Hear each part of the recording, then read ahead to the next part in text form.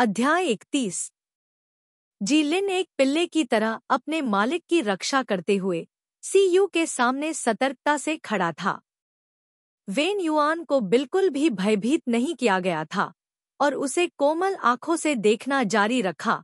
यह सच है कि इंटरनेट पर सभी ने कहा कि आप दोनों का एक अच्छा रिश्ता है। वेन युआन की उपस्थिति, वह एक चालाक पुरानी लोमड़ी है। मुझे कई बार उसके द्वारा नुकसान हुआ है। जीलिन का स्पष्ट रूप से इस युवा फिल्म सम्राट के साथ एक गहरा संबंध था और बहुत लापरवाही से बात की। सीयू को शर्मिंदा करने की हिम्मत नहीं थी। वह फुसफुसाए और फुसफुसाए। मनोरंजन उद्योग में शपथ भाइयों के लिए यह बहुत सामान्य था कि वह केवल एक बात के बारे में उत्सुक थे। जीलिन अपनी वर्तमान स्थिति के साथ उद्योग में एक नवागंतुक पर ध्यान दे और यहाँ तक कि उसे बड़ी बहन भी कहें। वेन युआन मिलनसार लग रहा था लेकिन उसके ज्यादा दोस्त नहीं थे। जीलिन उन चंद दोस्तों में से एक थी, इसलिए अपने अच्छे दोस्त को इस बड़ी बहन की रक्षा करने की इतनी कोशिश करते देख उसे अनजाने में थोड़ी दिलचस्पी महसूस हुई। वह जानना चाहता था कि किस तरह की लड़की बाहरी लोगों को जीलिन की तरह अंदर से ठंडा महसूस करा सकती है। उसे ध्यान से अपने दिल में जगह दे रहा था। आखिरकार उसका और जीलिन का स्वभाव एक जैसा था।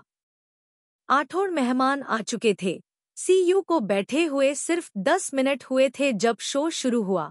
2 अनुभवी एमसी के पास माहौल को गर्म करने के लिए सिर्फ 2 या 3 वाक्य थे। होमलैंड की महिला एमसी ने चालाकी से मुस्कुराया और अपनी आंखें झपकाईं। आज अविश्वसनीय चुनौती के प्रसारण की पहली वर्षगांठ है। ऐसे खास दिन पर शो के संपादक ने सभी के लिए थोड़ा और आश्चर्य बनाने का फैसला किया। नियमित मेहमान सभी करा उठे, कुछ तो अतिशयोक्ति से सोफे पर लेट गए। मुझे छोड़ दो, तुम्हारी खुशी बहुत कोशिश कर रही होगी हमें बेवकूफ बनाया। हमारी बदकिस्मती देखकर कार्यक्रम मन ही मन हंसा। फादरलैंड रहस्यमय ढंग से मुस्कुराया। इतनी जल्दी हार मत मानो। खेल के नियमों में बस थोड़ा सा बदलाव करो। पहले सभी को 2 टीमों में विभाजित किया गया था लेकिन आज थोड़ा अलग होगा। एक टीम में 3 लोग होंगे। प्रत्येक टीम में एक अंदरूनी सूत्र होगा। दूसरी टीम का जासूस उस भावना को हिलाने आएगा। यदि कोई भी टीम खेल हार जाती है तो यह माना जाता है कि अंदरूनी सूत्र ने सफलतापूर्वक फ्यूज प्रज्वलित कर दिया है और अंदरूनी सूत्र की मुख्य टीम में अंक जोड़ दिए जाएंगे। खेल समाप्त होने के बाद स्कोर की घोषणा की जाएगी और अंतिम स्थान पर रहने वाली टीम को दंडित किया जाएगा। हे भगवान, 3 लोग! पहले तो 2 लोगों की टीम में मुझे मूर्ख बनाकर खून की उल्टी कराई गई। अब मुश्किलें बढ़ गई हैं। अब जीना नहीं चाहता। यह शो बहुत ज्यादा है। आखिर यह बेवकूफी भरा विचार किसके दिमाग में आया? टूवू ने अपना सिर झुकाया और कहा, क्या यह देखना नहीं है कि किसकी टांगे लंबी करने की कला सबसे अच्छी है? थोड़ा एक दूसरे को जानने के बाद सब ठीक हो जाएगा। वेन युआन यहाँ का सबसे शांत नियमित अतिथि था। उसने सी वू की ओर देखा और मुस्कुराया। लेकिन मुझे लगता है कि अगर तुम जासूसी कार्ड निकालोगी तो शायद किसी को कुछ भी शक नहीं होगा। सी वू ने उत्सुकता से पूछा, क्यों? वेन युआन ने उसे गौर से देखा। क्योंकि ऐसा बिल्कुल नहीं लगता है। उसकी उपस्थिति उसका सबसे बड़ा फायदा थी। उसका पतला शरीर लोगों को ऐसा महसूस कराता था कि अगर वह जोर से बोलेगी तो डर जाएगी। इसका उसके कपटीपन से कोई लेना देना नहीं था। सीयू ने कहा, आप अतिशयोक्ति कर रहे हैं। कैमरामैन ने निश्चित रूप से सभी की प्रतिक्रियाओं और बातचीत को रिकॉर्ड किया। मेहमानों को चुपचाप रोते हुए देखकर पुरुष एमसी गुई जिन जल्दी से खड़ा हो गया। रुको, इस कार्यक्रम में 9 लोगों की आवश्यकता है। हमारे पास वर्तमान में एक व्यक्ति कम है। मैं एक सज्जन व्यक्ति बनने के लिए अपनी जान जोखिम में डालूंगा। मैं स्वेच्छा से सभी में शामिल हो जाऊंगा। क्या यह ठीक है? अरे, अभी भी क्वी टैन के इरादे अच्छे हैं। अच्छे भाइयों, आश्वस्त रहें कि हम निश्चित रूप से दया नहीं दिखाएंगे। क्यूई टैन ने जल्दी से मदद मांगी। मत करो, यह निर्देशक का विचार था। मैं भी एक पीड़ित हूँ। हर किसी को उन्हें ढूंढना चाहिए और स्कोर तय करना चाहिए। हर कोई जोर से हंसा। टीम को विभाजित करने का सबसे सरल तरीका लॉटरी निकालना था। कर्मचारी सदस्य ने एक बड़ा कार्डबोर्ड बॉक्स पकड़ा और प्रत्येक अतिथि को लॉटरी निकालने दिया। जब वे पेपर ले रहे थे तो क्यूचा डाटो ने जल्दी से प्रत्येक व्यक्ति से पूछा कि वे किसके साथ एक ही टीम में सबसे अधिक रहना चाहते हैं। जब उसने सो सोंग निहियन के बारे में पूछा तो उसने बिना किसी हिचकिचाहट के क्या लैम की ओर इशारा किया। बेशक यह ए लैम है, मैं उसके कारण आई हूँ। आपको मुझे उसके साथ एक ही टीम में रखना चाहिए। ये शब्द सीधे कहे गए थे। जब उसका नाम पुकारा गया तो जी लिन का चेहरा तुरंत काला पड़ गया। काश वह मौके पर ही गायब हो जाती। सु सोंगयान, तुम दिमागहीन चीज हो। उसने पहले ही उसे बता दिया था कि उन दोनों का एक दूसरे से कोई लेना देना नहीं है। फिर भी उसने पूरी दुनिया को यह बात जोर से चिल्लाने की हिम्मत की। उसे डर था कि वह पर याप प्रसिद्ध नहीं थी। मातृभूमि की आंखें चमक उठीं। वास्तव में सु सोंगयान को आमंत्रित करना सही निर्णय था। वह तुरंत जी लिन को देखने के लिए मुड़ी। तो जी के बारे में क्या? क्या आप सोंगयान के समान समूह में रहना चाहती हैं या नहीं? यह सवाल बहुत चालाक है। जी लिन ने कहा कि चाहे वह चाहे या न चाहे, चाहे वह चाहे या न चाहे। उसने उदासीनता से उत्तर दिया, अगर यह ड्रॉ है तो मैं इसे कैसे नियंत्रित कर सकता हूँ? यह भाग्य पर निर्भर करता है। कोचा दातो को जी लिन से कोई फायदा नहीं मिला, लेकिन उसे कोई फर्क नहीं पड़ा। मुस्कुराते हुए उसने सीयू को देखा जो जी लिन के बगल में अपने अस्तित्व का कोई भी खुलासा किए बिना आज्ञाकारी ढंग से बैठी थी। यह छोटी लड़की एक खरगोश की तरह थी। उसकी गोल आंखें पूर्ववर्तियों की प्रतिक्रियाओं को देख रही थी। कोचादा तो मदद नहीं कर सका, लेकिन उसके नरम गालों में से एक को छूने के लिए आगे बढ़ा। सीयू ने तुरंत अपनी आंखें चौड़ी कर ली, आश्चर्य में अपना सिर घुमाया। इस तरह वह और भी खरगोश की तरह लग रही थी। कोचादा तो अपने दिल में पागलों की तरह चिल्ला रहा था, कितना प्यारा है, लेकिन बाहर से वह अभी भी शांत था। कुछ हद तक अनुनयपूर्वक पूछ रहा था, सीयू पहली बार हमारे कार्यक्रम में भाग ले रही है। आपको क्या लगता है? अधिकांश कलाकार जो इस स्थिति में पड़ गए, वे व्यक्त करेंगे कि उन्हें इस कार्यक्रम में आमंत्रित किए जाने पर सम्मानित किया गया, वास्तव में आगामी खेल की प्रतीक्षा कर रहे हैं, आदि आदि। लेकिन होमलैंड फादर ने देखा कि यह लड़की सामान्य मार्ग का अनुसरण नहीं कर रही थी। अत्यंत ईमानदारी से कहा, बहुत धोखा दे रही है।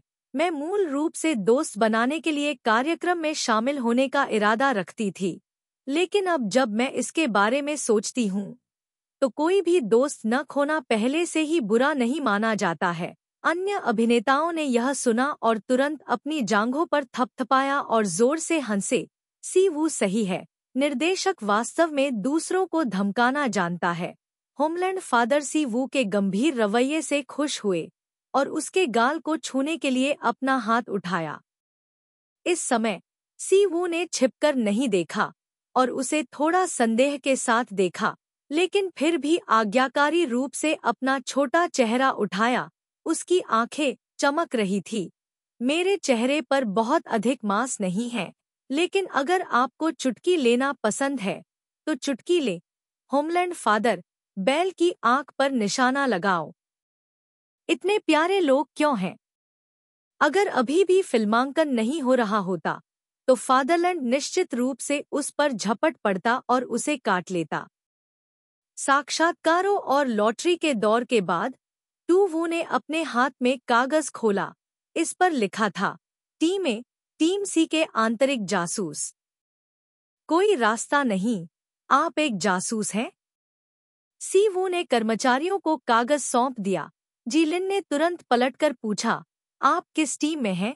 सी वू ने कहा, टीम में? मेरे बारे में क्या? जी लिन ने अपनी पूंछ हिलाने से बस कुछ ही समय पहले कहा, मैं भी। मैंने कहा था कि हम निश्चित रूप से एक ही टीम में होंगे। लोगों के इस विशाल समुद्र में हम अभी भी एक ही टीम में हो सकते हैं। वेन युआन, देखो, इसे भाग्य कहते हैं। वह वेन युआन को भड़काना नहीं भूला, लेकिन अप्रत्याशित रूप से वेन युआन ने अर्थपूर्ण ढंग से मुस्कुराया। उसकी आंखें धीरे से सी वू को देख रही थी। मैं जी लिन की बात से सहमत हूँ। हमारे पास वास्तव में भाग्य है। उसने मुस्कुराते हुए सी वू की ओर अपना हाथ बढ़ाया। मैं भी टीम में हूँ। चलो एक दूसरे को थोड़ा जान लेते हैं।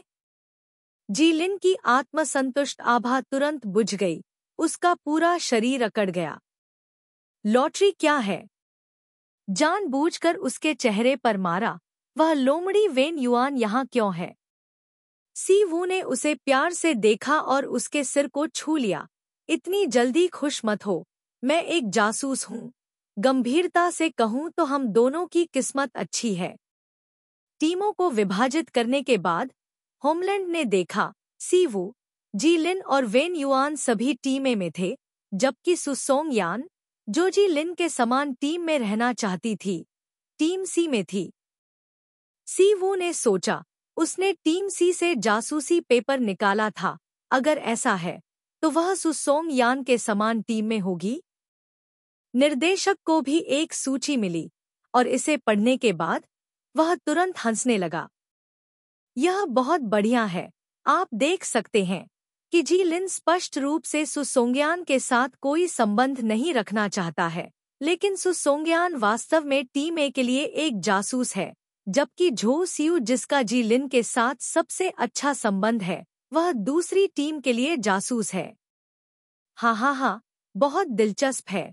झो सियू की शक्ल देखकर कोई भी इस पर विश्वास नहीं करेगा, भले ही वह कहे कि वह एक जासूस है। यह पहली बार है जब हमारे शो में एक अंदरूनी व्यक्ति है जो अंदरूनी व्यक्ति जैसा नहीं दिखता है। फादरलैंड ने अपनी हंसी को रोकने की कोशिश की और सुझाव दिया, ठीक है, इस बार हमारे पास एक नया चेहरा है। क्यों न हम पहले वार्म अप करने के लिए एक छोटा सा खेल खेलें? फादरलैंड ने जिस खेल के बारे में बात की वह बहुत सरल था। प्रत्येक टीम ने 2 लोगों को पानी की टंकी के नीचे खड़ा होने के लिए भेजा। टैंकों से 5 रस्सियां जुड़ी हुई थी, जिनमें से एक असली चीज थी। इसे खींचने से पानी नीचे गिरता था। शेष व्यक्ति एक तरफ बैठता था और एक सवाल पूछता था। जो भी 5 सेकंड के भीतर जवाब नहीं दे पाता था उसे बाहर कर दिया जाता था। एक रस्सी खींचनी चाहिए। अंत के बाद टीम को कम से कम पानी मिलेगा। स्टाइलिश। वेन युआन ने भी खड़े होने की पहल की। एक लड़की को उस पर पानी लाने देने का कोई तरीका नहीं है। जी लिन ने कभी भी इस तरह से किसी के खिलाफ भी शिकायत नहीं की थी, और यहाँ तक कि उससे पूछा, यहाँ तक कि खेल खेलना भी महत्वपूर्ण था। ध्यान। तो सोंग घियन ने घृणा से सोचा कि चूतू वो सिर्फ दिखावा कर रहा था। वह इतना कमजोर कैसे हो सकता है? क्या उसका खराब स्वास्थ्य भी शायद एक नाटक था? लेकिन वह टीम ए की सदस्य भी थी। हालांकि वह काई लैम के करीब नहीं हो सकती थी, इसलिए सोंग घियन थोड़ा खुश था। तो वो कुर्सी पर बैठी, अपने छोटे भाई की ओर क्षमा याचना करते हुए, माफ करना, मैं एक जासूस हूँ। सवाल मेरी 3 कमियों को इंगित करने का है। तो वो सीधा और सीधा बैठा था। उसका चेहरा मुस्कुरा रहा था, लेकिन उसके शब्दों ने उसके आसपास के लोगों को जोर से हंसाया। काई लैम, रुको, क्या दोष है? वेन युआन बहुत शांति से उसके पास खड़ा था। उसकी आवाज कोमल थी जब उसने कहा, खामिया। बहुत सुंदर, बहुत प्यारा। वह एक पल के लिए रुका। आखिरी सेकंड में उसने सी वू को ध्यान से देखा, धीरे से कहा, बहुत पतला। जी लिन ने जब यह सुना तो वह भड़क गया, लगभग उसे लात मारने लगा। वेन युआन, तुम बेशर्म बूढ़े लोमड़ी। क्या इसे ही आप दोष कहते हैं? क्या आप लोगों की तारीफ करने के लिए अपने बोलने के तरीके में बदलाव नहीं करते? आप मेरे सामने मेरी बहन की चापलूसी करने की हिम्मत करते हैं? उल्टी गिनती खत्म हो गई। जी लिन एक शब्द भी नहीं बोल पाया और होमलैंड फादर हंसना बंद नहीं कर सका। हंसते हुए उसने पूछा, सी वू, क्या तुम वेन युआन के जवाब को स्वीकार करते हो? सी वू ने ध्यान से सोचा, सिर हिलाया। स्वीकार करो। मुझे लगता है कि उसने जो कहा वह सही है। ऐसा लगता है कि मैं कमियों से भरा हुआ हूँ। यदि आप ऐसा कहते हैं तो हमारा जी भाई जवाब नहीं दे सकता, हमें रस्सी खींचनी होगी। होमलैंड फादर बहुत उम्मीद कर रहा था। जी भाई, क्या आप चाहते हैं कि सम्राट वेन मदद करें या खुद करें? हे भगवान, वेन युआन, तुम रुको। व्यक्ति को खोने का मतलब लड़ाई हारना नहीं है। मेरी बहन के साथ मैं अपना सम्मान नहीं खो सकता। आत्मविश्वास से भरे यंग मास्टर जी ने अपना सिर और छाती ऊपर उठाई, एक पहाड़ की शक्ल दिखाते हुए जो माउंट ताई के ढह जाने पर भी नहीं बदलेगा, और सहजता से कहा, यह ठीक है। मैं पहली बार लॉटरी कैसे जीत सकता हूँ? मेरी किस्मत इतनी भी बुरी नहीं है। सी वू ने आज्ञाकारी ढंग से अपना हाथ उठाया। क्या आप इसे आजमाना चाहते हैं? फादरलैंड तुरंत सहमत हो गया। सी वू चला गया और बेतरतीब ढंग से एक स्ट्रिंग उठाई। यंग मास्टर जी अभी भी मुस्कुरा रहे थे। आप लोग गलत हैं। सी वू के साथ मेरा रिश्ता, वह किसी से झूठ नहीं बोलेगी। मैं तू वो ने रस्सी खींची। पानी की बाल्टी तुरंत झुक गई और काई लैम पर गिर गई। काई लैम, क्या हुआ? ओन वियन, उफ। तू वो ने माफी मांगने की कोशिश की। यह जरूर गलत होगा। युवा मास्टर जी ने अपने बालों से पानी की हर बूंद को टपकने के लिए महसूस किया और उसके दिल में चिल्लाया, आप क्या कर रहे हैं? आप अपने जैविक भाई की हत्या करना चाहते हैं।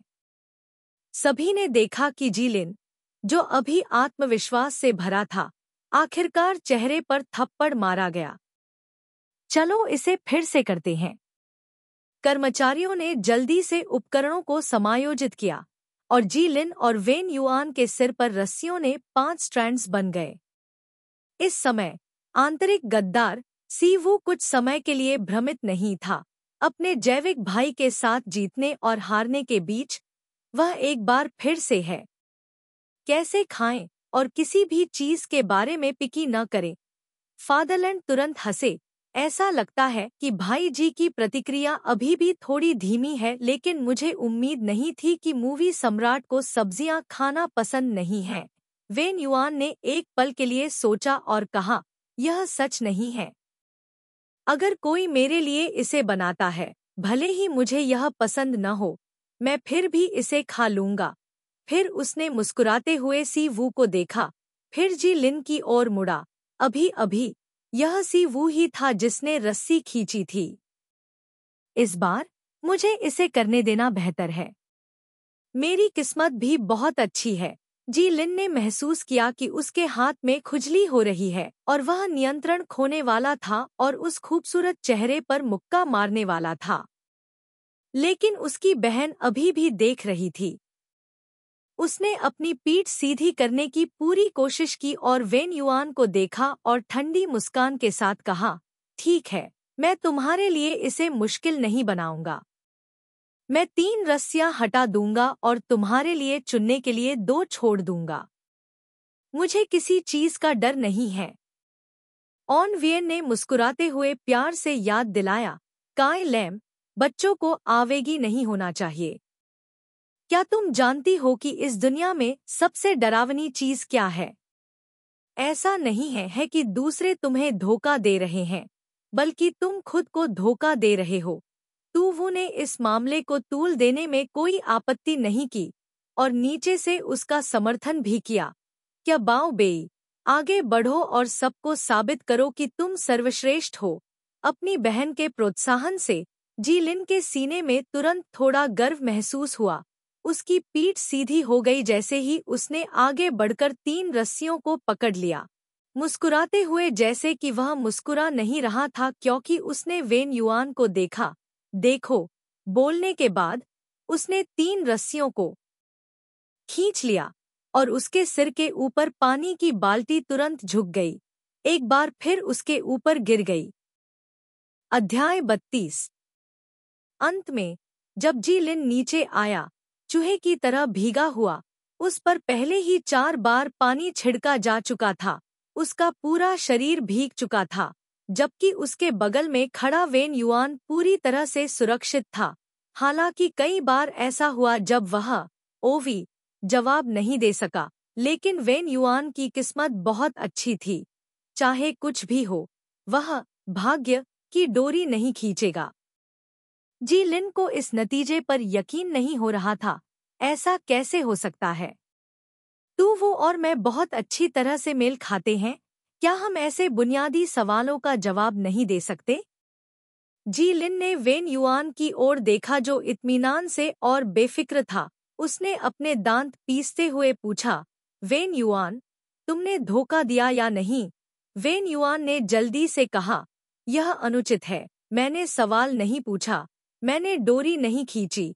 तुम इसका दोष मुझ पर क्यों डाल सकते हो? जी लिन ने तुरंत गला घोंट दिया। सीवू, जिसने दूसरों को बेरहमी से धोखा दिया था, अब केवल दोषी महसूस कर रहा था। जल्दी से एक तौलिया लिया और जी लिन से कपड़े बदलने का आग्रह करने के लिए चला गया। सब कुछ खत्म करने के बाद उसने पलट कर देखा कि वेन युआन की आंखें ऐसी थी। खांसी, मैंने बस लापरवाही से पूछा। उम्मीद नहीं थी कि वह एक भी वाक्य का जवाब नहीं दे पाएगा। सीवू ने धीरे से बचाव किया। वेन युआन ने उस छोटी लड़की को देखा जो चाहती थी कि वह अपने अस्तित्व को सीमित कर सके और अपने होठों को सिकोड़ने से खुद को रोक नहीं पाई। अभी अभी उसका धोखेबाज रूप बहुत प्यारा था, और उसका सिर छुपाने और दुम दिखाने का वर्तमान रूप भी वैसा ही था। बेशक लोगों को इतनी सफलतापूर्वक धोखा देने में सक्षम होना पूरी तरह से सी वू की जी लिन की समझ के कारण था, वेन युआन को एक बार फिर दोनों के बीच के रिश्ते के बारे में थोड़ी जिज्ञासा महसूस हुई। जब उसने उनके बीच की निकटता और समझ देखी तो वह थोड़ा निराश हुआ। मनोरंजन उद्योग में सतह पर बहुत सारे अच्छे भाई थे जिन्होंने एक दूसरे की पीठ में छुरा घोंपा। वेन युआन को एक अच्छे दोस्त ने धोखा दिया जब वह छोटा था और प्रसिद्ध नहीं था। उसने कभी नहीं माना था कि इस दुष्चक्र में सच्चा प्यार मौजूद है, लेकिन अब सी वू को जी लिन के बालों को धीरे से सुखाते हुए देखकर उसे अचानक इस बदमाश से थोड़ी ईर्ष्या हुई। तुमने उसे इस तरह धोखा दिया, क्या तुम्हें डर नहीं है कि जी लिन नाराज हो जाएगा? वेन युआन ने तुवू को देखा और पूछा, नहीं, उसे मनाने के लिए सिर्फ एक प्लेट क्रेफिश ही काफी है। तुवू को याद आया कि काई लैम ने असिस्टेंट को धोखा दिया था, चुपके से उसे बाहर खींच लिया था और वह मुस्कुराए बिना नहीं रह सका। अगला खेल बाकी 2 टीमों का था। हर कोई सबसे ज्यादा फायदेमंद स्थिति के लिए लड़ रहा था। विला में कुछ कम नहीं हंसी गूंज उठी। लेकिन अंत में टीम ए ने 4 बार पानी गिराने के साथ शीर्ष रिकॉर्ड बनाए रखा दंडित टीम बन गई। इस बार की सजा यह है, यहाँ मेहमानों में से असीमित संख्या में लोगों को चुनें, उस व्यक्ति के वीबो को टैग करके कबूल करें। यह पोस्ट शो के प्रसारण तक रखा जाना चाहिए। फादरलैंड ने अपने आंसू को बहुत हंसी से दूर कर दिया। आहलिन, मैं आपको चुनता हूँ, दूसरों को नाराज करने के लिए। आपने चुपचाप उसके कंधे को थपथपाया, जिसका मतलब था कि बहस करना बंद करो। बैकस्टेज कोरियोग्राफर ने यह देखा और थोड़ा शर्मिंदा महसूस किया। क्या हमें इसे काटना चाहिए या नहीं? इसे मत काटो, यह बहस करने लायक विषय है। अगर कोई सार्वजनिक रूप से सोंग की निंदा करता है तो हमारी रेटिंग बढ़ जाएगी। सोंग निहियन के बिना भी चू तुवू की टीम और काई लैम का प्रदर्शन अभी अभी बेहद मजेदार था। इससे पहले जी लिन हमेशा गेम शो में भाग लेने के दौरान ठंडा और घमंडी रहा था। किसी ने उसे इस तरह धोखा देने की हिम्मत नहीं की थी। यह लड़की झो सियू बहुत अच्छी है, तुरंत उसे ओसी चरित्र से बाहर बना रही है। मुझे यकीन है कि यह एपिसोड निश्चित रूप से गर्म होगा। जी लिन ने सु सोंगयान के आत्म नामांकन को पूरी तरह से नजरअंदाज कर दिया। अपना फोन उठाया और वीबो खोला। बिना किसी हिचकिचाहट के उसने सीयू को टैग किया। @जीलिन, बहन सीयू, मुझे ऐसा लगता है कि मैं आपके साथ संघर्ष में नहीं हूँ, लेकिन पानी के साथ। मुझे लगता है कि हम स्पष्ट रूप से एक ही लक्ष्य साझा करते हैं। @झो सीयू यू कैमरा जल्दी से इस वीबो पर वापस आ गया। जब उन्होंने इसे देखा तो हर कोई जोर से हंसा। निश्चित रूप से सीयू को चुने। होमलैंड फादर ने अपनी भौहें उठाईं। फिर अन्य दो। वेन युआन ने सीयू को देखा और कहा, वास्तव में मेरा सौंदर्य जी लिन के समान है। वेन युआन की आंखें बहुत सुंदर थी। युआन, खरगोश और हमस्टर दोनों बहुत प्यारे हैं, और आप भी। @झू सीयू यू ये दोनों इस समय सबसे प्रसिद्ध सुपरस्टार हैं, जिनके अनगिनत वफादार प्रशंसक हैं, और उनमें से अधिकांश महिला प्रशंसक हैं। अगर एक ही समय में 2 कबूलनामे पोस्ट किए गए, तो इससे हलचल कैसे होगी? यह तो छोड़िए कि दोनों ने एक ही व्यक्ति के सामने कबूलनामा किया। क्वेचा टीटी आश्चर्यचकित हुए बिना नहीं रह सका। आपकी टीम सबसे अजीब टीम है जिसे मैंने कभी देखा है। खेल को खोना और अभी भी मास्टरमाइंड के लिए कबूल कर रहा है। आप दोनों की धुन में हैं। नहीं, यह कहा जाना चाहिए कि सीयू वास्तव में दयनीय था जब उन दोनों के द्वारा कबूल किया गया था। क्वाचादा के साथ सीयू सहानुभूति से देखा गया था, हालांकि यह केवल शो के लिए रेटिंग को बढ़ाने के लिए था। यू की बारी। उसने आधे दिन के लिए अपना फोन रखा और एक भी शब्द नहीं लिख सकता था। चू गीतयान ने यह देखा और मदद नहीं कर सकता था। लेकिन क्या आप किसी को नहीं चुन सकते हैं? दूसरे व्यक्ति में असंतुष्ट होंगे। हमारी मूर्ति आपके लिए इतनी अच्छी क्यों है, लेकिन आप इसकी सराहना नहीं करते हैं? क्या आप उससे नफरत करते हैं या नहीं? उसे देखते हुए, हालांकि यंग मास्टर जी को अभी अभी 4 बाल्टी पानी से नहलाया गया था, फिर भी वह बहुत आश्वस्त था। उसे लग रहा था कि इस मामले में ज्यादा सोचने की जरूरत नहीं है। उसकी बहन उसके अलावा और किसे चुन सकती है? लेकिन सी वू को जी लिन की उम्मीदों का एहसास नहीं था। उसने खुद से सोचा, अगर उसने कबूल करने के लिए खुद को टैग किया, तो यह थोड़ा बेशर्मी लगेगा।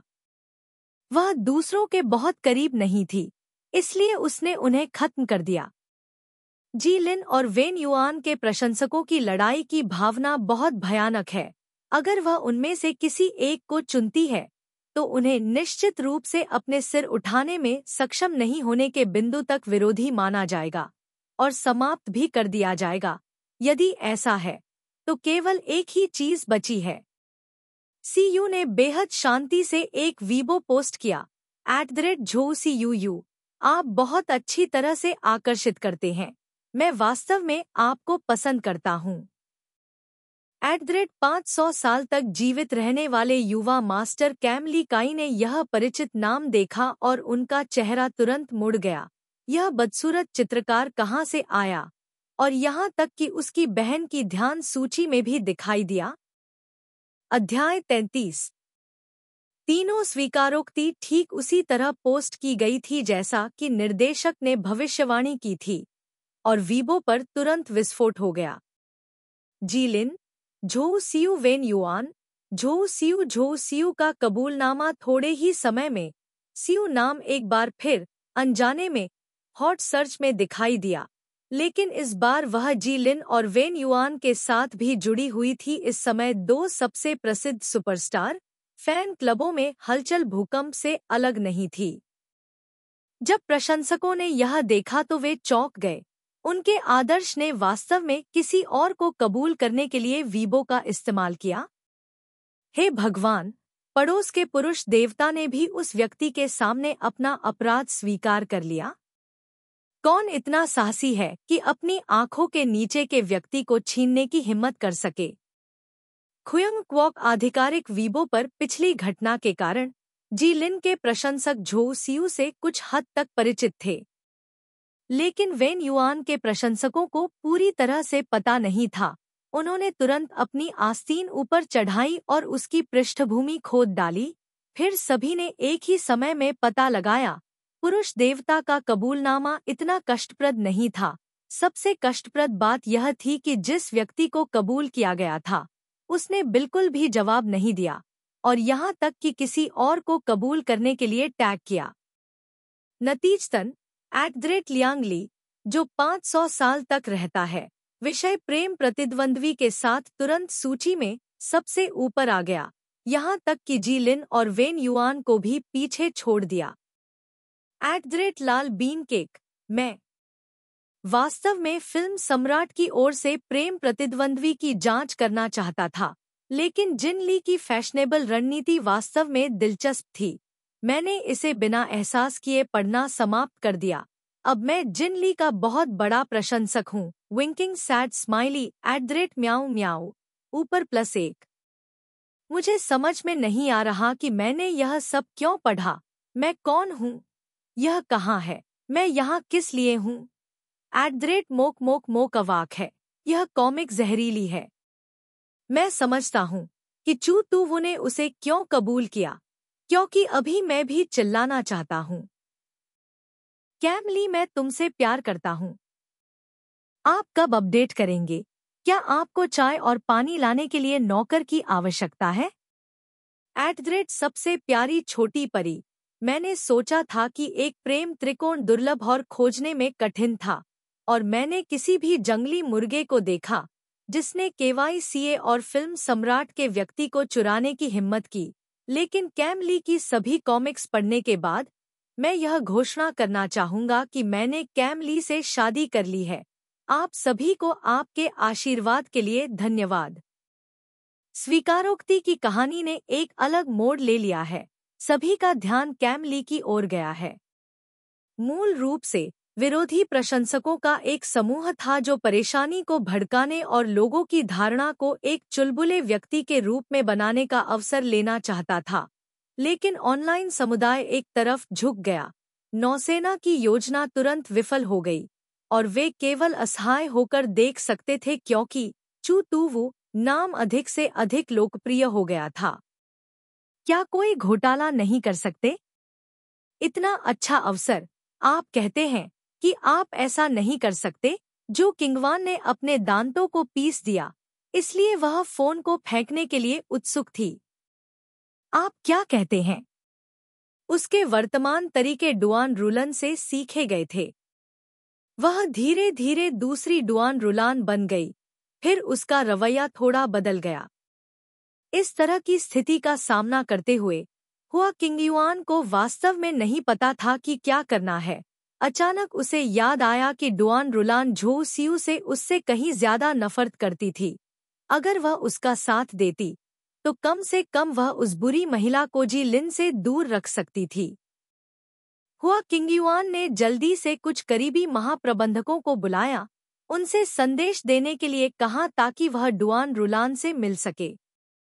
उसे विश्वास नहीं था कि अपनी जैविक मां की सलाह के बावजूद जी लिन सीयू के करीब आने की हिम्मत करेगी। जियांग चेंग उपनगर, अविश्वसनीय चुनौती का फिल्मांकन सेट। ब्रेक के दौरान सीयू को संपादक मु यान से एक संदेश मिला। जिन ली, आपने क्या किया है? इंटरनेट पर हर कोई आपके बारे में बात कर रहा है। मैं आपको बता दूं, आप इस समय वास्तव में प्रसिद्ध हैं। म्यू यान के स्वर में उत्साह को रोकना मुश्किल था। तूवू के इस उपनाम की इंडस्ट्री में पहले से ही एक निश्चित प्रतिष्ठा थी, लेकिन यह केवल वहीं तक सीमित थी। इस घटना ने उसे इंडस्ट्री के बाहर मशहूर कर दिया था। म्यू यान असहाय होकर देखती रही कि फैशनेबल स्ट्रेटेजी के व्यूज की संख्या बढ़ती जा रही थी, उपहार आते जा रहे थे और जिन ली के वीबो फॉलोअर्स बिजली की गति से बढ़ रहे थे। वह वास्तव में समय पर प्रतिक्रिया नहीं कर सकी। उसने कुछ नहीं किया। कैम ली को इतना ध्यान क्यों मिलता है? म्यू यान ने कुछ समय तक खोज की, फिर उसे पता चला कि स्रोत उन 3 स्वीकारोक्ति में था। वह उत्साहित होने से खुद को रोक नहीं पाई। उसे वाकई एक खजाना मिल गया था। जिन ली के साथ पहले से अनुबंध पर हस्ताक्षर करना वास्तव में सही निर्णय था। इस गति को देखते हुए यह अनुमान लगाया गया था कि फैशनेबल स्ट्रेटेजी की बिक्री में एक और पायदान की वृद्धि होगी। यहाँ तक कि उनकी पेंटिंग्स और सुलेख को भी काफी लाभ होगा। मैं तुम्हें सच बताता हूँ, क्या तुम झो सियू नाम की उस लड़की को जानते हो? यह प्रचार बहुत चालाकी भरा है। क्या वह जानबूझकर तुम्हारे लिए प्रचार कर रही है? म्यू यान ने पूछा। सी वू, आह, चलो इसे इस तरह से कहते हैं। सी वू ने वास्तव में नहीं सोचा था कि इतनी बड़ी हलचल होगी, लेकिन आखिरकार उसने जिनली नाम को बहुत गुप्त रखा ताकि किसी को पता न चले कि वह बेशर्मी से खुद की चापलूसी कर रही थी। म्यू यान ने गहरी सांस ली। मुझे झो सी वू को बहुत बहुत धन्यवाद देना है। मैं आपको कुछ अच्छी खबर बताऊंगा। मॉडर्न स्ट्रेटेजी को पाठकों द्वारा उत्साहपूर्वक प्राप्त किया गया है। विशेष रूप से इस बार संयोग से यह हॉट सर्च पर है। कोई इसे खोजने आया है और फिल्म के अधिकार खरीदना चाहता है। सी वू दंग रह गया। सच में? तुम मुझसे झूठ क्यों बोलोगे? मो किएन को स्पष्ट रूप से बहुत गर्व था। यह उसका पहला कॉपीराइट किया गया कार्य था। वर्तमान में सभी स्क्रिप्ट पटकथा लेखकों द्वारा लिखी गई है। लगभग कोई रूपांतरण नहीं है, लेकिन टू वू की फिल्म कॉपीराइट के लिए कई कंपनियां कीमत पूछ रही हैं। इससे क्या साबित होता है? फैशनेबल रणनीति नहीं, यह प्रसिद्ध जिन ली है, बेहद प्रसिद्ध। मैं उनके साथ कीमत पर बातचीत कर रहा हूँ। चिंता न करें, आप बिल्कुल नहीं हारेंगे। क्या आपके पास कोई अनुरोध है? मैं चर्चा करूंगा। म्यू यान एक बहुत ही जिम्मेदार संपादक थी और सी वू उसकी पसंदीदा लेखिका थी। वह यह नहीं कहती थी कि वह हर दिन अपडेट मांगती थी, इसलिए वह सी वू को सर्वश्रेष्ठ उपचार दिलाने में मदद करने के अवसर का लाभ उठाना चाहती थी। किसी कारण से सी वू को अचानक याद आया कि कैसे डुआन रूलान ने पहले लोगों पर अत्याचार किया था। निवेश रद्द करने का उपयोग करके उसे फिल्म क्रू से बाहर निकालना चाहता था। उसके दिल में खतरे की घंटी बज उठी। मुझे अभिनेताओं को चुनने का अधिकार चाहिए, टू वू ने सोचा। अगर आप किसी ऐसे व्यक्ति को चुनते हैं जिससे आप संतुष्ट नहीं हैं, तो आपको किसी और को चुनना होगा। मो किएन ने एक ही घूंट में सहमति जताई। इस मामले को सुलझाने के बाद टू वू अभी भी थोड़ा अस्पष्ट था। उसकी कॉमिक एक फिल्म में रूपांतरित की जाएगी? दूसरे शब्दों में, वह इस गरीबी से बच जाएगी? इस खबर ने सी वू को उसके दिल में आंसू बहा दिए। इस समय कार्यक्रम ने घोषणा की कि यह खाना पकाने की प्रतियोगिता का समय था। प्रत्येक टीम ने अपना स्वयं का भोजन तैयार किया।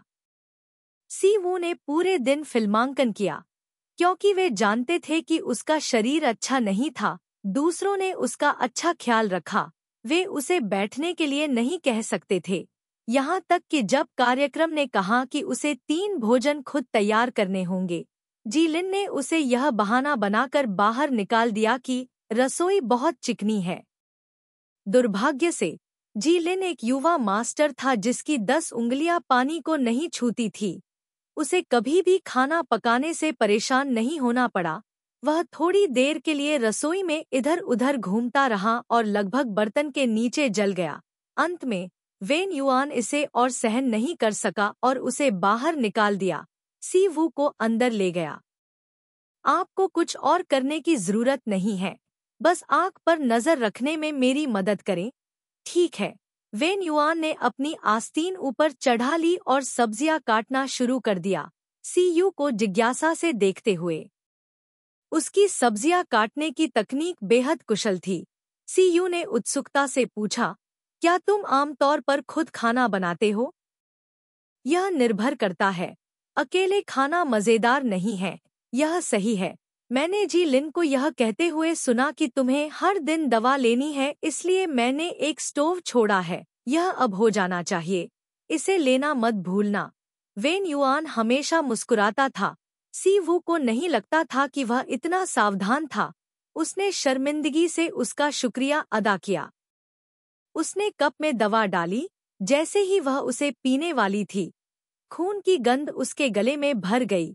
सी वू की अभिव्यक्ति बदल गई। उसने वेन युआन को शौचालय जाने के लिए कहा, फिर अपना मुंह ढक लिया और बाहर भागने के लिए मुड़ी। शौचालय में घुसकर सब कुछ उल्टी कर दिया। चोट के निशान मिटने के बाद तू वो ने अपना चेहरा धोया और आईने में देखा कि सो सोंग निहियन उसके पीछे खड़ी है।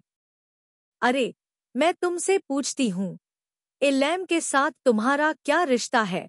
सु सोंगयान ने अधीरता से वह सवाल पूछा जिसकी उसे सबसे ज्यादा चिंता थी। सी वू ने अभी अभी मुंह से खून निकाला था। वह मुश्किल से टेबल को पकड़कर खड़ी हो रही थी। उसका चेहरा पीला पड़ गया था। उसने अपना सिर घुमाकर सु सोंगयान की तरफ देखा। उसे सिर में दर्द होने लगा था। लेकिन हुआ किंग वान की तुलना में वह सु सोंगयान का सामना करने के लिए तैयार थी। कम से कम यह व्यक्ति, हालांकि राजकुमारी रोग से पीड़ित था, बेहद सीधा था, बिना कुछ छिपाए अपने मन की बात कह रहा था। इसलिए सी वू ने उसे बहुत ईमानदारी से जवाब दिया, बहन का रिश्ता। तुम किसे बेवकूफ बना रहे हो? सु सोंगयान की बिल्कुल भी सराहना नहीं की गई। उसे केवल यह महसूस हुआ कि सी वू का जवाब बहुत ही औपचारिक था। उसने गुस्से से सी वू को घूरते हुए कहा, मुझे लगता है कि तुम उसके साथ मिलीभगत करना चाहते हो। सी वू को एक बार फिर अपने छोटे भाई को बहुत सारे आड़ू के फूल देने का पछतावा हुआ। उसने अपना माथा रगड़ते हुए कहा, अगर तुम्हें मुझ पर विश्वास नहीं है, तो तुम जी लिन से पूछ सकते हो। मेरे साथ अपना समय बर्बाद मत करो। तुम तो सोंगघियन को तू वो ने एक नाजुक जगह पर छुआ था। अगर काई लैम उस पर ध्यान देने को तैयार थी, तो वह पूछने के लिए खुद को क्यों नीचा करेगी? यह सब इस लड़की की वजह से है। उसने तो वो की ओर इशारा करते हुए कहा, आपको बहाने बनाने की जरूरत नहीं है। क्वीन क्वोक के फिल्मांकन सेट पर कुछ रिपोर्टर आए थे और उन्होंने अपनी आंखों से देखा कि आप कैसे बेशर्मी से काई लैम के कमरे में गए। अगर यह जानबूझकर मिलीभगत नहीं है, तो फिर क्या है? रिपोर्टर, पत्रकार कहाँ है? सी वू थोड़ा उलझन में था। सु सोंगयान ने देखा कि वह अभी भी मासूमियत का अभिनय कर रही थी। वह इतनी गुस्से में थी कि उसे खून की उल्टी होने लगी। उसने अपना सेल फोन निकाला और उसे अपने सामने रख दिया। इसे खुद देखो, सी वू ने जल्दी से देखा। मनोरंजन चैनल चैनल 2 के रिपोर्टर ने कहा कि वह क्वीन क्वोक के चालक दल के एक अभिनेता का साक्षात्कार कर रहा था। एक गर्म खबर मिली। सी वू हमेशा क्या लैम का पीछा करता था। जब वह फिल्मांकन नहीं कर रहा होता था तो वह उस पर फिदा हो जाता था और उसके कमरे में चला जाता था। यहाँ तक कि उन दोनों की एक तस्वीर भी थी जिसमें वे होटल के कमरे के सामने खड़े होकर एक दूसरे से बात कर रहे थे। इसलिए रिपोर्टर ने धारा प्रवाह निष्कर्ष निकाला, यह पूरी तरह से सी वू था जिसने यह सब मुफ्त में दिया। जी लिन ने स्पष्ट रूप से उसे परेशान किया। सी वू, अगर आप ऐसी कहानी बना रहे हैं, तो आप एक उपन्यास क्यों नहीं लिखते? इससे क्या साबित हो सकता है? तू वो ने अपना सिर उठाया और सो सोंग निहियन को खुशी से देखा। चू तू वो, इतना घमंडी मत बनो। सी वो के उदासीन रवैये ने सु सोंगियन को नाराज कर दिया। उसने अपने दांतों को पीस दिया और कहा, मैंने सुना है कि आपके पास होन नग के सीईओ का समर्थन है। क्या आपको लगता है कि सीईओ लू परिवार से है, इसलिए आप सोच सकते हैं कि आपके द्वारा वास्तव में लू परिवार के लिए सत्ता में आने वाले व्यक्ति का विरोध करने के लिए परिवार? लू वो परिवार का मातृपक्ष। यह लू परिवार के साथ एक शादी का रिश्ता है। हाँ मैम। अध्याय 34। सो परिवार का लू परिवार के साथ विवाह संबंध है। तो वो को वास्तव में पता नहीं था। उसकी कॉमिक में लू परिवार बस एक विशाल और शक्तिशाली परिवार था। विवरण का बिल्कुल भी उल्लेख नहीं किया गया था, लेकिन सु सोंगयान की उपस्थिति को देखकर ऐसा लग रहा था कि वह झूठ नहीं बोल रही थी। हालांकि इसका उससे क्या लेना देना है? तू वो ने अपना सिर हिलाया और सो सोंगनियन की ओर देखा। मुझे तुम्हारे रिश्ते में कोई दिलचस्पी नहीं है, और इसके अलावा क्या तुम्हें यकीन है कि लूंगुजिया अपने मामा के परिवार को याद रखेगा? तुम और वह चचेरे भाई बहन नहीं है न? तुम क्या जानते हो? तो सोंगनियन की अभिव्यक्ति थोड़ी सख्त हो गई। तू वो के शब्दों ने उसे बहुत दुख पहुंचाया। सो सोंगनियन की कभी ल्यूंगुजिया से मुलाकात नहीं हुई थी, लेकिन सो परिवार के बुजुर्ग अक्सर इस व्यक्ति का जिक्र करते थे। बाहर के लोगों को यह नहीं पता था कि पांचवें परिवार ने उसे 6 पीढ़ियों से नहीं पहचाना था। उन्होंने केवल इतना सुना था कि सो परिवार का उससे थोड़ा बहुत रिश्ता था, इसलिए वे बहुत सारे उपहार लेकर आए। लेकिन सो सोंगघियन को साफ पता था कि यह केवल बाहरी लोगों को डराने के लिए इस्तेमाल किया गया था। ल्यूक परिवार ने नुगु परिवार की प्रतिष्ठा को देखा और केवल उनकी ओर से आंखें मूंद ली। अगर वे ल्यूक परिवार के सामने लापरवाही से काम करते, तो यह पागल निश्चित रूप से पलटकर सो परिवार का गला घोंट देता, भावनाओं की बिल्कुल भी परवाह नहीं करता। इससे पहले सु सोंगयान की एक चचेरी बहन ने कहीं से सुना था कि लू वुजिया की जैविक मां को पेकिंग ओपेरा बहुत पसंद है। वह सीढ़ी चढ़ना चाहती थी, इसलिए उसने लू वुजिया के भोज में जाकर गाना गाने के लिए हर संभव कोशिश की।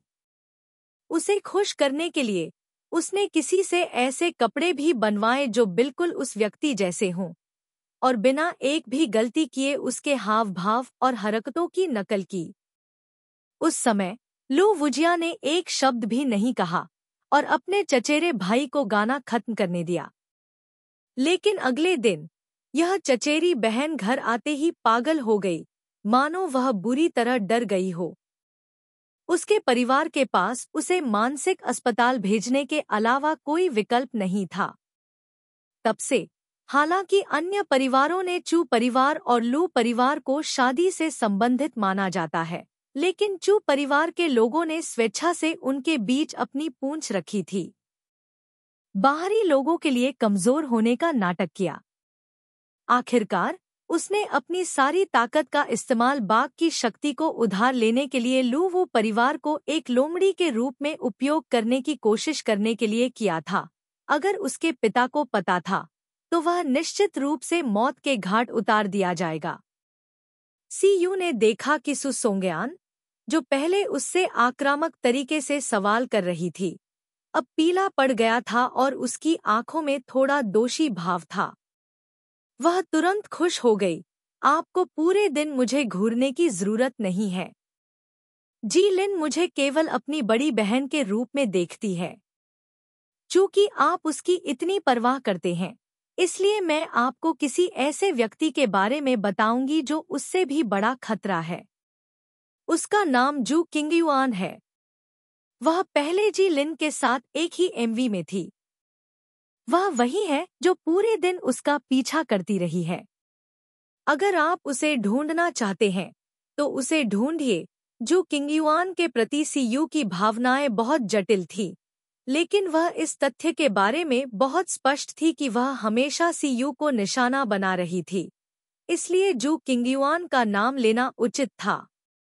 उसे इसकी परवाह नहीं थी, लेकिन सु सोंगयान को जू किंगयुआन के लिए मुश्किलें खड़ी करने देना कोई मुश्किल बात नहीं थी। इन दोनों लड़कियों को आपस में लड़ने दो। कौन जानता है कि तुम मुझसे झूठ बोल रही हो या नहीं। इसलिए सोंगनियन की धमकी विफल हो गई और वह हार गई। वह वास्तव में दुविधा में थी। इस समय तूवू ने उसे एक कदम आगे बढ़ाया। उसने जल्दी से नीचे उतरने का अवसर लिया, लेकिन फिर भी कुछ शब्द बुदबुदाए। सीवू को जाने दिया और जाने के लिए मुड़ते हुए देखकर वह फिर से अधीर हो गई। जल्दी से दूसरे व्यक्ति का हाथ पकड़ लिया। झोऊ सीवू, रुको, इसे स्पष्ट रूप से कहो। सु सोंगयान ने बहुत ताकत लगाई। सी वू की कमर उसके द्वारा खींची गई और लगभग सिंक से टकरा गई। सांस लेने में असमर्थ, उसने मुंह से खून फूंक दिया, जिससे सु सोंगयान की कीमती पोशाक लाल हो गई। तुम सु सोंगयान डर गई। सहज रूप से जाने दिया। सी वू ने अपना समर्थन खो दिया। उसका पूरा शरीर मूल रूप से कमजोर और शक्तिहीन था, इसलिए वह भारी आवाज करते हुए जमीन पर गिर गई। सु सोंगयान की आंखें चौड़ी हो गईं। उसने कभी किसी को इतनी आसानी से खून की उल्टी करते नहीं देखा था। यह क्या था? क्या वह कोई तमाशा बनाने की कोशिश कर रही थी या कुछ और? इस क्षण में जी लिन का चिल्लाने से दरवाजे से आया, सिस्टर सी वू, भोजन किया जाता है, बस आपका इंतजार है। बाथरूम का दरवाजा अजर था। सी वू की आवाज जमीन पर गिरने के बिना या झिझकने के बिना जी लिन के कानों में प्रवेश कर रही थी। यह जानकर कि उसकी बहन का स्वास्थ्य, बहन, उसे आइड, उसने एसयू सोंगयान को देखने के लिए अपना सिर झुकाया, जो घबरा रहा था। हालांकि वह जानता था कि उसकी बहन ठीक है, वह अभी भी मदद नहीं कर सकती थी, लेकिन उसके दिल को महसूस कर रही थी क्रोधित। तो सोंगनहियन, क्या तुम जानबूझकर मेरी बहन को भड़का रहे हो? बहन, तुम्हारी बहन? तो सोंगनहियन ने अपनी आंखें चौड़ी करके कहा, तो तुम्हें वह पसंद नहीं है? यह क्या तर्क है? जी लिन सु सोंगयान को समझाने में बहुत आलसी था और ठंडे स्वर में एक वाक्य छोड़ दिया, भविष्य में मैं निश्चित रूप से अंकल सु से पूछूंगा कि अपनी बेटी को कैसे शिक्षित किया जाए। क्या आप नहीं जानते कि सी वू का स्वास्थ्य ठीक नहीं है? क्या आपका परिवार आपको इसी तरह किसी मरीज को बिना किसी दया के परेशान करना सिखाता है? तू वो ने धीरे से कुछ बार खांसते हुए धीरे से अपने छोटे भाई को एक और चाकू घोंपने में मदद की। लोग कहते हैं कि ल्यूक परिवार के साथ एक शादी का रिश्ता है। मुझे लगता है कि हमें छोड़ देना चाहिए। तू वो, चुप रहो। सु सोंगयान की इच्छा थी कि वह तुरंत सी वू के मुंह को ढक सके। उसने अपनी आंखें उठाईं और जी लिन के चेहरे पर अचानक एहसास की अभिव्यक्ति देखी। वह बिना आंसू बहाए रो पड़ी, आह लिन, मेरा यह मतलब नहीं था। परिवार जी परिवार के करीब था। सु सोंगयान जी लिन को उसकी पृष्ठभूमि के बारे में कैसे नहीं पता हो सकता है। जैसे ही उसने लू परिवार का उल्लेख किया, उसने ठंडे स्वर में कहा, आपने अभी भी अपना सबक नहीं सीखा है। आप अभी भी बाहरी लोगों से लू परिवार के बारे में गपशप करने की हिम्मत करते हैं। क्या आपको डर नहीं है कि अंकल सु आपको घर से निकाल देंगे? सु सोंगयान का चचेरा भाई सु परिवार का वर्जित बन गया। सबक वहीं था, लेकिन सु सोंगयान अभी भी खुद को नियंत्रित करना नहीं जानता था। जी लिन को नहीं पता था कि उसे बेवकूफ या अंधा कहना चाहिए। आह लिन, मैंने अभी कुछ गलत कहा? तुमने मुझे इस तरह क्यों डांटा? सु सोंगयान को डर था कि जी लिन गलत समझेगा और जल्दी से उसे खींचने के लिए आगे बढ़ा, लेकिन जी लिन ने दूर हटकर सी वू को गले लगाया और चला गया। जब वे सु सोंगयान की नजरों से ओझल हो गए, तो जी लिन ने सी वू को छोड़ दिया और उत्सुकता से पूछा, तुमने अभी क्या किया? उसे थोड़ा डराओ। सी वू ने अपने मुंह के कोने से खून पोंछा। उसका रंग अभी भी पीला था, लेकिन उसकी आत्मा उज्ज्वल थी, पूरी तरह से उस कमजोर दिखने के विपरीत जिसे सु सोंगयान ने अभी देखा था। वह हंसी, छड़ी मालिक की पीठ पर लगी। क्या तुमने अभी उसका भाव नहीं देखा? वह बहुत डरी हुई थी। जी लिन ने देखा कि वह अभी भी बिना किसी समस्या के मजाक कर पा रही थी, और तुरंत और अधिक राहत महसूस की। जब वे दोनों मुख्य हॉल में लौटे, तो वेन युआन पहले से ही भोजन को मेज पर ला चुका था। उन्हें एक साथ आते देखकर उसकी आंखें थोड़ी चमक उठीं, लेकिन जल्दी ही शांत हो गईं। उसने धीरे से सी वू से कहा, तुम अचानक भाग गए। तुम्हें दवा पीने का समय नहीं मिला। मैंने इसे गर्म करने के लिए एक बार फिर से गर्म किया। खाने के बाद इसे पी लो। सी वू ने जल्दी से धन्यवाद कहा, फिर मेज पर रखे खाने को देखा। क्योंकि सी वू पूरे दिन उन्हें लगातार ठोकर मार रहा था, उनकी टीम का स्कोर सबसे कम था, इसलिए सामग्री सभी शाकाहारी भोजन थी, मांस का एक टुकड़ा भी नहीं। लेकिन वेन युआन इसे पकाने में सक्षम था। मेज पर 6 व्यंजन रखे हुए थे और उनका स्वाद बगल की टीम के मछली और मांस से भी ज्यादा सुगंधित था। मैंने आपके लिए एक कटोरी सब्जी दलिया भी पकाया है, इसे आजमाएं। वेन युआन ने सीयू के लिए एक कटोरा निकाला। सम्राट वेन, मुझे नहीं लगा कि आपका खाना पकाने का हुनर इतना अच्छा होगा। मैंने आपको पहले अपनी प्रतिभा दिखाते हुए क्यों नहीं देखा? होमलैंड के न्यायाधीशों में से एक ने प्रत्येक व्यंजन की कोशिश की। उसने मूल रूप से सोचा था कि यह टीम का भोजन बहुत धुंधला था, लेकिन एक काटने के बाद उसकी अभिव्यक्ति तुरंत हैरान हो गई। वेन युआन की अभिव्यक्ति असहायता की तरह थी। कोई रास्ता नहीं है। इस टीम के पास केवल एक श्रम बल है, आज चावल के बजाय उत्तर पश्चिम की हवा पीना। बच्चे और सबोटुर कहाँ जा रहा है? जी लिन ने गुप्त रूप से अपने दांतों को पीस दिया। वेन युआन, आप प्रतीक्षा करते हैं, अपनी बहन के सामने उसे बीमार बोलने की हिम्मत करते हैं। एक दिन वह उसे अच्छा लगेगा। होमलैंड और कैमरामैन के लिए अगली मेज पर जाने से पहले वह फुसफुसाने के लिए फुसफुसाए, वियन, आप हमेशा सुश्री तुवु की चापलूसी क्यों करते रहते हैं? क्या इसे ही आप चापलूसी कहते हैं? वेन युआन की अभिव्यक्ति स्वाभाविक थी। मुझे बस यही लगता है कि वह बेहद मनमोहक है। मैं उसकी थोड़ी और परवाह करने से खुद को नहीं रोक सकता। क्या कोई समस्या है? वास्तव में कोई समस्या नहीं है। नहीं, समस्या बहुत ज्यादा है। वह अभी भी यहाँ खड़ा है, इसलिए वेन युआन को इसकी परवाह क्यों करनी चाहिए? जी लिन को कुछ सुराग मिल गया था और उसने वेन युआन को सावधानी से देखा। मेरी बहन के प्रति तुम्हारे इरादे क्या हैं? वेन युआन बस मुस्कुराया और कुछ और नहीं कहा। असल में उसे नहीं पता था कि सी वू के लिए उसके मन में किस तरह की भावनाएं थी। आखिरकार वे एक दूसरे को सिर्फ एक दिन से जानते थे, लेकिन वेन युआन ने अक्सर डायरेक्टर लियांग को इस लड़की का जिक्र करते सुना था, इसलिए वह थोड़ा उत्सुक था। बाद में जी लिन अक्सर अपनी अच्छी बहन का जिक्र करता था। यह जिज्ञासा एक स्नोबॉल की तरह थी जो लुढ़कते लुढ़कते बड़ी और बड़ी होती जा रही थी। इस बार असली व्यक्ति को देखने के बाद ही वेन युआन को समझ में आया कि जी लिन ने सी वू को इतना क्यों बिगाड़ा। अगर वह ऐसी नाजुक लड़की का सामना कर रहा होता जो चीनी मिट्टी की गुड़िया की तरह थी, तो वह उसे अपनी हथेली में संजोकर रखना चाहता, डरता कि वह गिरकर टूट न जाए।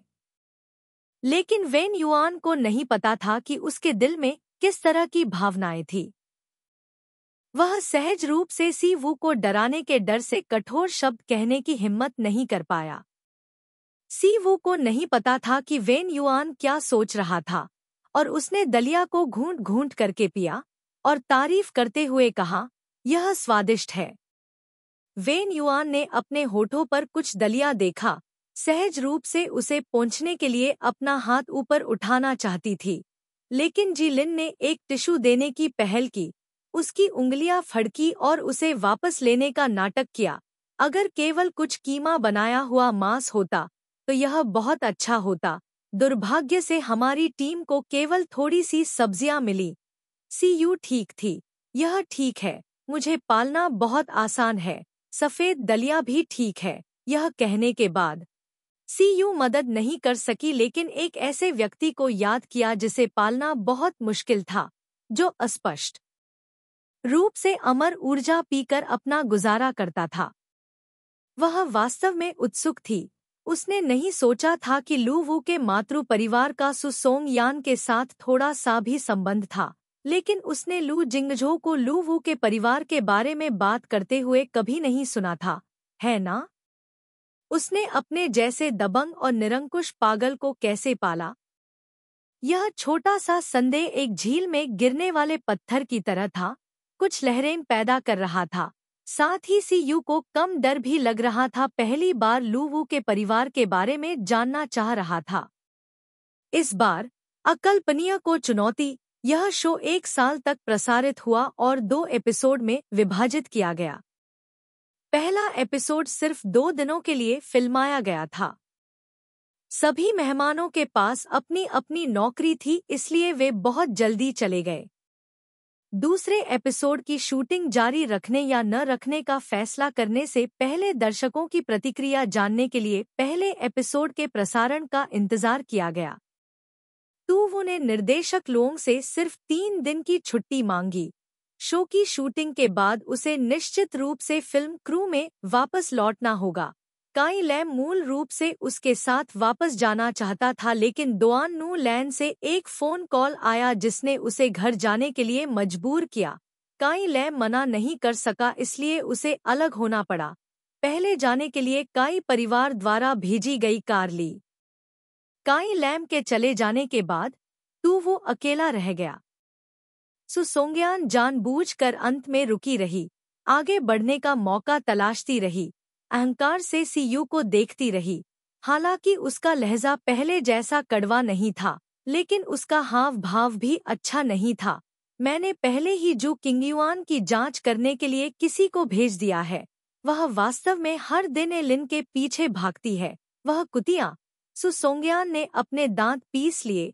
उसने काफी चीजों की जांच की थी, यहाँ तक कि जू किंगयुआन का जी लिन के साथ पिछले दरवाजे से फिल्म क्रू में प्रवेश करने का मामला भी बेहद विस्तृत था।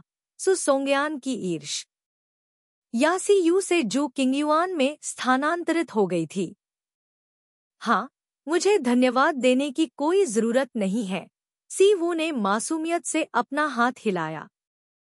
हुआ किंग वान ने उसे चिढ़ाने की पहल की, और वह कोई संत नहीं थी, इसलिए निश्चित रूप से वह नाराज होगी। ये दोनों लड़कियां कमजोर नहीं थी, इसलिए उन्हें एक दूसरे को काटने दिया। सी वू के रवैये ने सु सोंगयान को इतना उदास कर दिया कि वह लंबे समय तक एक शब्द भी नहीं बोल सकी। वे दोनों पहले ही विला से निकल चुके थे। सी यू यह देखने ही वाली थी कि फिल्म क्रू की कार कहाँ इंतजार कर रही थी। तभी अचानक एक काली कार चुपचाप आकर सी यू के ठीक सामने रुकी। सु सोंगयान, जो एक अमीर परिवार में पैदा हुई थी, ने स्वाभाविक रूप से पहचान लिया कि यह एक मूल्यवान और अत्यंत दुर्लभ लग्जरी कार थी।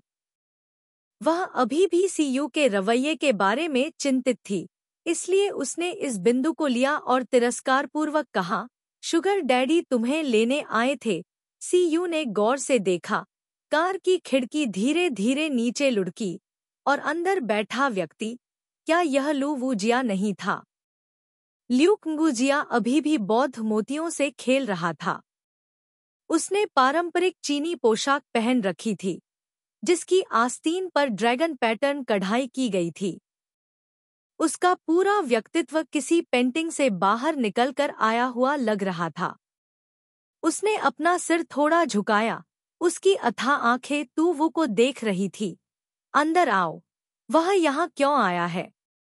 सी वू स्तब्ध थी, लेकिन कार में जाने की जल्दी नहीं की। उसने अपना सिर घुमाकर सु सोंगयान की ओर देखा और हंसी। क्या यह आपकी परिचित लू वू नहीं है? आप नमस्ते क्यों नहीं कहती, मिस सु? लू वू? सु सोंगयान अभी तक डर के अलावा ठीक नहीं हुई थी।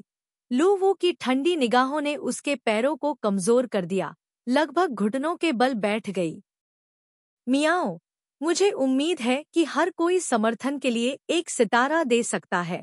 जीटी। अध्याय 35। ल्यूकंगो परिवार के सुंदर चेहरे को देखकर सो सोंगघियन दंग रह गया। यह ल्यूकंगो परिवार है? क्या आप सपना देख रहे हैं? टू वू ने देखा कि सो सोंगघियन ल्यूकंगुजिया को घूर रहा था। उसके बुरे विचारों से उबरना मुश्किल था। जब सो सोंगघियन ने उसे ल्यूकंगुजिया के नाम से धमकाया, तो क्या उसने कभी सोचा था कि वह असली व्यक्ति से मिलेगी? अब जब सो सोंगघियन का झूठ उजागर हो गया है, तो निश्चित रूप से उसे स्वयं ही इसके परिणाम भुगतने होंगे। सी वू बहुत दयालु थी, लेकिन इससे यह नहीं पता चला कि वह किसी से कोई दुश्मनी नहीं रखती थी। मिस सू, तुमने मुझसे पहले क्या कहा था? अब जब तुम मास्टर लू से मिल चुकी हो तो तुम उन्हें नमस्ते भी क्यों नहीं कह सकती? क्या ऐसा हो सकता है कि तुम कुछ भी कहने के लिए बहुत खुश हो? सी वू ने अपना सिर झुकाया, उसकी आंखें चालाकी से भरी हुई थी। तुम तुम तुम बहुत दूर मत जाओ। सु सोंगयान चिंतित और क्रोधित दोनों थी। उसका चेहरा लाल था। वह चाहती थी कि वह झपटकर सी वू का मुंह बंद कर दे, उसे डांटे कि वह फिर से बकवास न करे। जितना वह बोलती, उतनी ही बकवास बोलती, उतना ही वह बदनाम होती। सु सोंगयान ने कार में बैठे व्यक्ति के हाव भाव को ध्यान से देखा। उसके पैर बेकाबू होकर कांप रहे थे। अगर सु सोंगयान को बस यह संदेह होता कि सी वू ने उससे झूठ बोला है, लेकिन लू वू जिया की आंखों से मिलने के बाद यह विचार बिना किसी निशान के गायब हो गया। आभा आभा बहुत शक्तिशाली थी। सोंग सहज रूप से कांप उठा। इसलिए परिवार को एक बड़ा परिवार माना जाता था। परिवार में कई बुजुर्ग थे, लेकिन भले ही बास सत्ता में था, लेकिन उसके पास कभी भी ऐसा भयानक आभा नहीं था। इससे सु सोंगयान को कोई प्रतिरोध दिखाने की हिम्मत नहीं हुई। एक पल में उसे समझ में आ गया कि उसकी चचेरी बहन पहले कितनी डरी हुई थी, यहाँ तक कि उसे मानसिक बीमारी भी हो गई थी। अगर वह व्यक्ति वास्तव में लू वुजिया था, तो सु सोंगयान खुद चाहती थी कि वह थोड़ा दूर रहे। उसके पास सीधे उसकी तरफ देखने की भी हिम्मत नहीं थी। लू वुजिया ने जो कुछ भी कर रहा था उसे रोक दिया। उसकी ठंडी निगाह सु सोंगयान से सी वू पर चली गई। अनजाने में उसकी आंखों में ठंड का एहसास धीरे धीरे कम हो गया। उसकी जगह थोड़ी बहुत कोमलता ने ले ली। बेशक वह देख सकता था कि यह छोटी लड़की गंदी हरकत कर रही थी, लेकिन इससे कोई फर्क नहीं पड़ता था। इतने लंबे समय से एक दूसरे को जानने के बाद सी वो अभी भी उसके सामने एक भयभीत रवैया रखती थी। उसके साथ एक क्रूर जानवर की तरह व्यवहार करती थी। 5वें मास्टर लू ने उसे पहले कभी खुश नहीं देखा था। उसकी भौहों के सिरे और आंखों के कोने हंसी से भरे हुए थे। सी वो का शरीर पहले से ही कमजोर था, साल भर बीमार रहता था, लेकिन जब वह खुश होती थी तो उसका पूरा शरीर स्फूर्ति से भरा होता था। उसके पीले गालों पर हल्की लाली थी जो लगभग गुलाबी रंग की परत जोड़ देती थी, बिल्कुल आड़ू की तरह जो दूसरों को एक निवाला खाने के लिए ललचाती थी। इधर सी वो अभी भी खुशी से हंस रही थी क्योंकि उसने एक शरारत की थी। दूसरी तरफ 5वें मास्टर लू ने उसके खुश चेहरे को देखा। सुपरिवार, 2 शब्द सुनने से जानलेवा आभा अनजाने में फीकी पड़ गई। मिस सू, 5वें मास्टर लू ने बिना किसी भावना के अपना मुंह खोला। उसने सु सोंगयान की ओर नहीं देखा, लेकिन उसके शब्दों में ठंडक एक तेज तलवार की तरह थी जो उसके सीने में चुभ रही थी। 5वें मास्टर, वह सुपरिवार की प्यारी बेटी है। सु सोंगयान, क्या आपको इस अज्ञानी लड़की से निपटने के लिए मेरी जरूरत है? ड्राइवर की सीट पर बैठे काले कपड़े पहने अंगरक्षक ने धीमी आवाज में पूछा। वे इतने सालों से 5वें मास्टर के अधीनस्थ थे कि उन्हें सो परिवार के प्रति उनके रवैये के बारे में कुछ हद तक स्पष्ट था। घृणा और अवमानना थी, लेकिन कोई क्रूरता नहीं थी। बस इतना था कि अगर सो परिवार का कोई व्यक्ति उनके सामने आने की हिम्मत करता तो 5वें मास्टर निश्चित रूप से दया नहीं दिखाते। सो परिवार के जोकर के साथ पिछली बार जैसा व्यवहार किया गया था, इस बार भी वैसा ही होगा। ल्यू कुंगुगिया ने बहुत धीरे से कहा, लेकिन हर शब्द मजाक नहीं था। मिस्टर सो से कहो, उन्हें नहीं पता कि बच्चों की परवरिश कैसे की जाती है। हाँ, बॉडीगार्ड ने तुरंत कार का दरवाजा खोला और बाहर निकल आया। उसका शरीर जानलेवा इरादे से भरा हुआ था और वह सु सोंगयान की ओर चल पड़ा।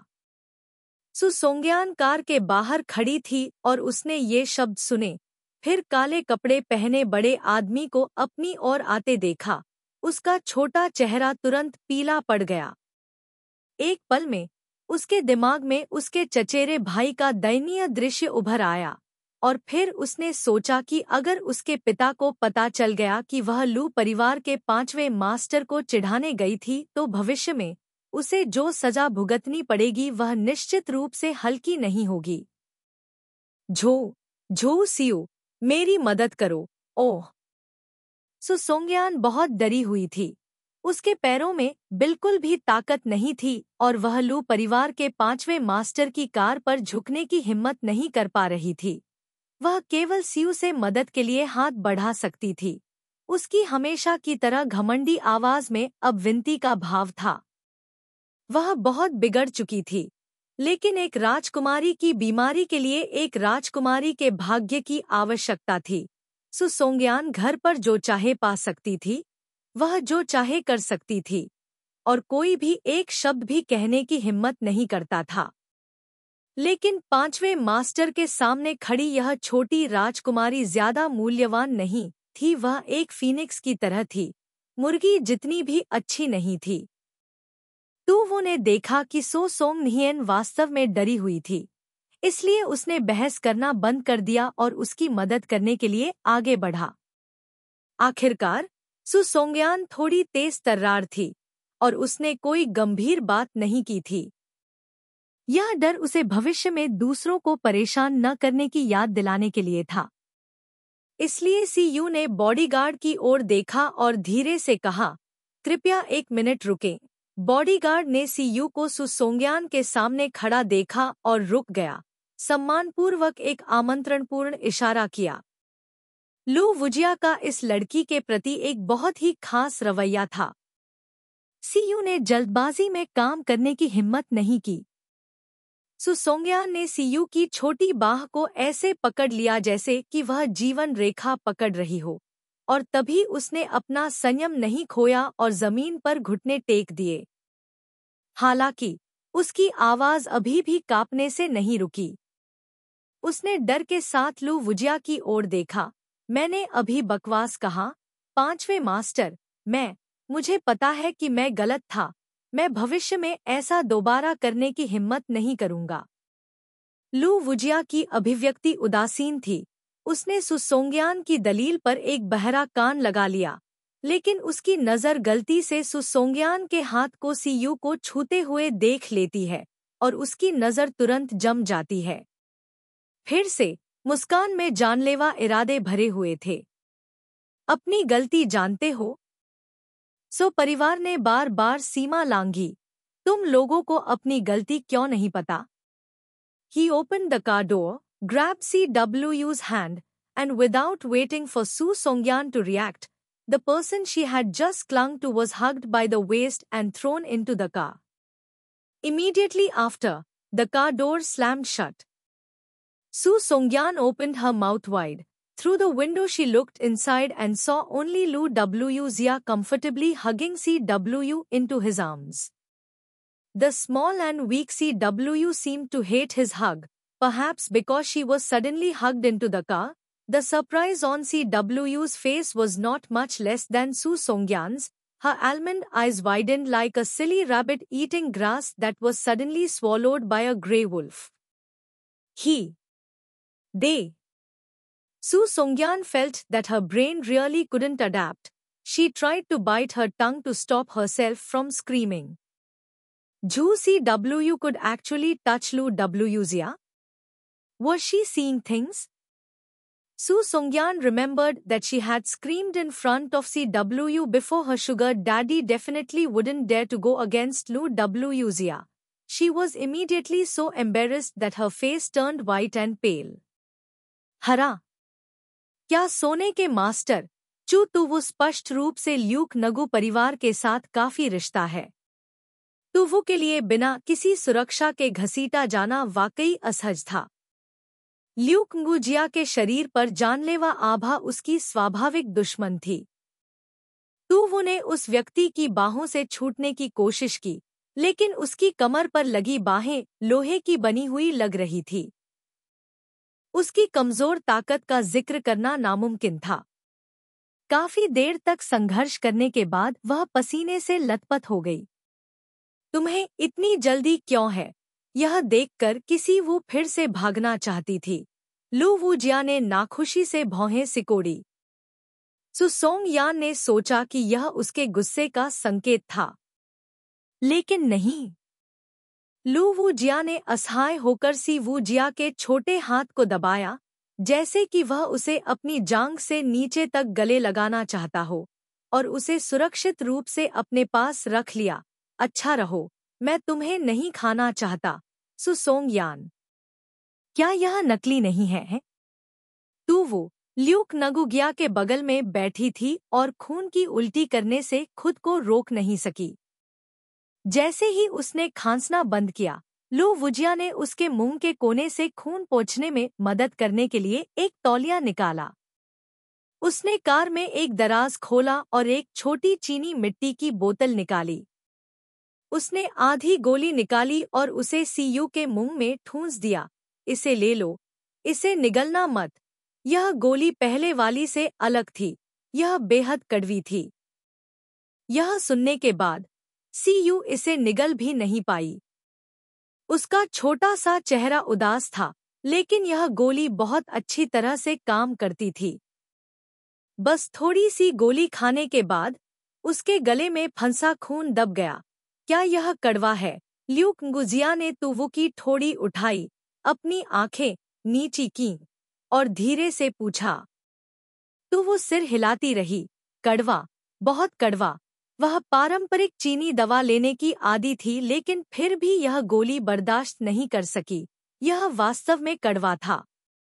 किसने सोचा होगा कि कोमल लू वुजिया अभी अगले सेकंड अपनी सभी भावनाओं को वापस ले लिया था। बेहद ठंडा, कड़वा पर्याप्त है। आपको एक सबक सिखाता है। अगर आप भविष्य में चारों ओर दौड़ने की हिम्मत करते हैं। छोटी लड़की के करीब ठंड का तापमान उसके कपड़ों के माध्यम से घुस गया और धीरे धीरे उसके दिल में हिंसा को बुझा दिया। उसके बाद ही उसके पास सु सोंगयान को देखने की ऊर्जा थी, जो कार के दरवाजे के बाहर एक सर्दियों के सिकाड़ा की तरह खड़ा था। न जाने क्या सोचता था कि वह अपनी आंखें कम कर रही थी। बस गुस्से में था और मेरे दिमाग को खो दिया।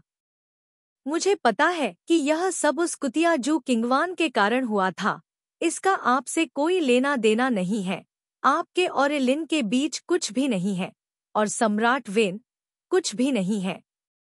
जैसे ही सु सोंगयान ने जी लिन और वेन युआन का उल्लेख किया, सीयू को अपनी पीठ के पीछे एक भयानक ठंड महसूस हुई, जैसे कि कोई विशाल क्रूर जानवर उसे देख रहा हो। उसका शरीर कांप उठा। इससे पहले कि वह अपना सिर घुमा पाती, उसने अपने पीछे से एक कोमल आवाज सुनी, आह, जी लिन और वेन युआन? क्या कोई और है? जब सु सोंगयान ने देखा कि लू वुजिया ने उससे पूछा, तो उसने जल्दी से जवाब दिया, हाँ, हाँ, हाँ, मुझे पता है। किसी वुजिया का होन नघे के महाप्रबंधक के साथ केवल एक सामान्य सहकारी संबंध है। मैंने गलत सोचा और फिर भी बकवास किया। मुझे वास्तव में पता है कि मैं गलत था। वुजिया। लू वुजिया ने अपनी भौहें उठाईं। हालांकि वह मुस्कुराया, उसकी आंखों में कोई मुस्कान नहीं थी। और लू जिंगझो भी है ना? CW felt that Lu Wujia's arm was hugging her tighter and tighter, as if he wanted to break her bones. The car was filled with a dangerous aura. Although she didn't know why this psychopath was angry, the alarm bells in CW's head kept ringing. This time, it was her turn to hate that she couldn't cover Su Songyan's mouth that was talking nonsense. Lu Wujia gently grabbed her chin, not knowing what method he used to make CW unable to say a word. She could only watch helplessly as Su Songyan praised her endlessly in order to atone for her sins. She shouted in her heart, Su Songyan, you're an idiot. You're good at something, but you're bad at something. Stop it and stop talking. Having gotten the information he needed, Wujia didn't pay attention to Su Songyan anymore, ordering his subordinates to drive. He didn't know when he had hugged CW and placed her on his lap. This little girl knew that he was angry, so she shrank into a ball very smartly, not daring to resist. Lou Wujia stroked her long hair, smiling. कोई जल्दबाजी नहीं, एक-एक item, धीरे-धीरे संभालें। सो song घियन कुछ देर तक अचंभित खड़ी रही, जब तक कि सो परिवार का ड्राइवर उसे लेने नहीं आया। उसे अभी भी यकीन नहीं हो रहा था। वह वास्तव में सुरक्षित बच गई। इस समय ड्राइवर ने उससे पूछा कि वह कहाँ जाना चाहती है। सु सोंग्यान का इरादा सु परिवार के पास वापस लौटने और अपने माता पिता से आज के खतरे के बारे में रोने का था, लेकिन उसने सोचा कि अगर लू वू परिवार ने वास्तव में किसी को उसके पिता को बताने के लिए भेजा, तो उसे उसकी सारी बेवकूफ़ी भरी बातें बतानी पड़ेंगी, तो शायद उसे डांटा जाएगा। यह सोचकर उसने घर जाने की हिम्मत नहीं की। जी परिवार के विला में जाओ, मैं आ लिन को ढूंढना चाहती हूँ। सु सोंग्यान को याद आया कि अभी सी वू और लू वू परिवार कितने करीब थे। शायद सी वू उसकी मदद कर सके, लेकिन उसके पास उससे संपर्क करने का कोई तरीका नहीं था, इसलिए वह केवल जी लिन को ढूंढने जा सकती थी। लेकिन इस समय जी परिवार बिल्कुल भी शांत नहीं था। डुआन रुलान के फोन कॉल ने जी लिन को वापस लौटने के लिए प्रेरित किया। वह थोड़ी अनिच्छा से दरवाजे से अंदर आई। जब से उसने मनोरंजन उद्योग में प्रवेश किया है, वह शायद ही कभी घर जाता था। यह घर ठंडा था और इसमें दूसरे लोगों का माहौल नहीं था। उसके बचपन की सारी बुरी यादें यहीं रखी हुई थी। अगर डुआन रुलान उसे घर जाने के लिए मजबूर न करता, तो वह बच सकता था। उसे मजबूरन वापस नहीं लौटना पड़ा। काई लैम यह नहीं भूला कि पिछले निवेश को रद्द करने का कारण उसकी जैविक माँ ही थी।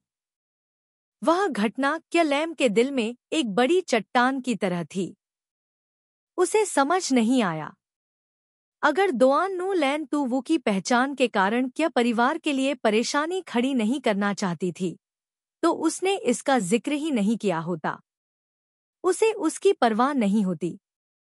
उसे निवेश रद्द क्यों करना पड़ा और अपनी बहन की जिंदगी को क्यों रोकना पड़ा।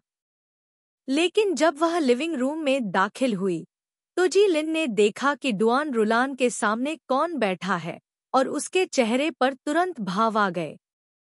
आह लिन, तुम वापस आ गई हो। तुम्हारा चेहरा इतना उदास क्यों है? डुआन रुलान ने जी लिन को देखकर मुस्कुराई। एक दयालु माँ की भूमिका निभाते हुए उसने धीरे से कहा, आओ और यहाँ बैठो। मैं अभी इस प्यारी लड़की मिस जू किंगवान से मिली हूँ। मुझे याद है कि तुम दोनों ने पहले भी साथ काम किया है। तुम दोस्त होगे। जी लिन चुपचाप चली गई, लेकिन डुआन रुलान के बगल में नहीं बैठी। उसने बैठने के लिए एक सिंगल सोफा चुना। जू किंगवान को देखा और धीमी आवाज में पूछा, तुम मेरे घर पर क्यों हो? आह लिन, तुम मेहमानों से ऐसे क्यों बात कर रही हो? डुआन रुलान जी लिन के ठंडे रवैये से थोड़ा असंतुष्ट थी। कोई बात नहीं, मैं अचानक आकर सबको परेशान कर रही हूँ। जू किंगयुआन ने अपने बालों को ब्रश किया और कुशलता से मुस्कुराई। आंटी लैन, आपको जीजी को दोष देने की जरूरत नहीं है। उसने शो पर इतनी मेहनत की है और फिर घर आने के लिए इतनी दूर यात्रा की है। वह बहुत थका हुआ होगा। जी लिन ने एक शब्द भी नहीं कहा और बस जू किंगयुआन को ठंडे अंदाज में देखा। उसे नहीं पता था कि ऐसा क्या हुआ कि उसकी माँ अचानक जू किंगयुआन के प्रति इतनी उत्साही हो गई और उसे अन्य काम करने के लिए वापस भी आमंत्रित किया। उसके दिल में एक बुरा एहसास था।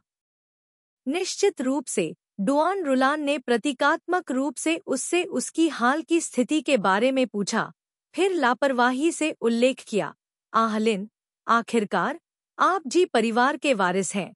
भले ही आप मनोरंजन उद्योग में प्रवेश करें, आपको खुद को साफ रखना चाहिए। आप अन्य गंदे लोगों के साथ नहीं जुड़ सकते।